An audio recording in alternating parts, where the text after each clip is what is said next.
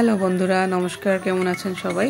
আপনার সবাইকে আমার চ্যানেলে ওয়েলকাম জানাচ্ছি। নতুন একটা রেসিপি নিয়ে আসছি, কিভাবে বানিয়েছি আমি দেখাবো সবাইকে।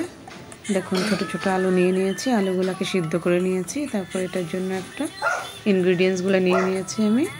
দেখুন, সব গরম মশলা নিয়ে নিয়েছি, টমেটো, আদা, লঙ্কা, রসুন পেস্ট দিব না, আলুর দম বানাচ্ছি বেঙ্গলি স্টাইল। পেস্ট করে নিয়েছি সব মশলাগুলোকে। তারপরে এইভাবে দেখুন তেল দিয়ে আলুগুলোকে হালকা হালকা করে ভেজে নেব। আলুর দমের জন্য এই সাইজের আলুগুলো খুব সুন্দর দেখতে, খুব সুন্দর হয় তরকারিটা।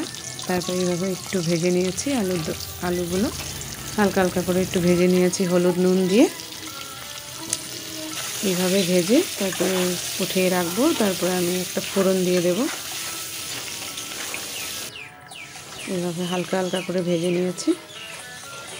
তারপর একটু তেল ঢেলে একটা ফোড়ন দিয়ে দেব। গোটা জিরে, তেজপাতা, শুকনো লঙ্কা দিয়ে একটা ফোড়ন দিয়ে দিয়েছি। তারপর যে পেস্টটা বানিয়েছিলাম পেস্টটা ঢেলে দিলাম। এটাতে নুন, হলুদ, জিরে গুঁড়ো দিয়ে দেব। দিয়ে পেস্টটাকে খুব সুন্দর করে ভেজে নেব, ভালো করে ভেজে নেব।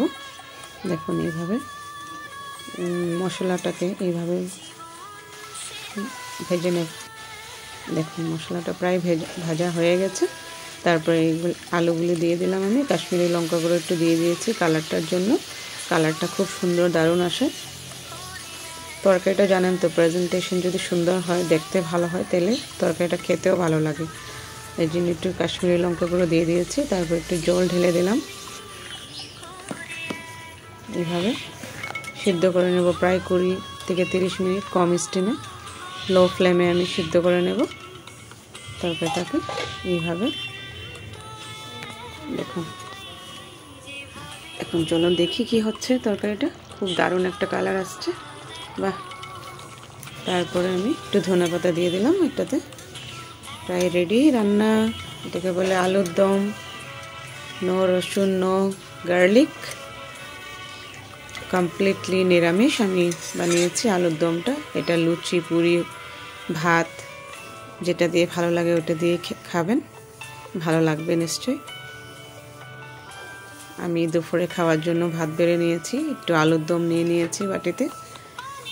দেখুন নিরামিষ থালি রেডি খাওয়ার জন্য। কে কার কার ভালো লেগেছে আমাকে নিশ্চয়ই জানাবেন।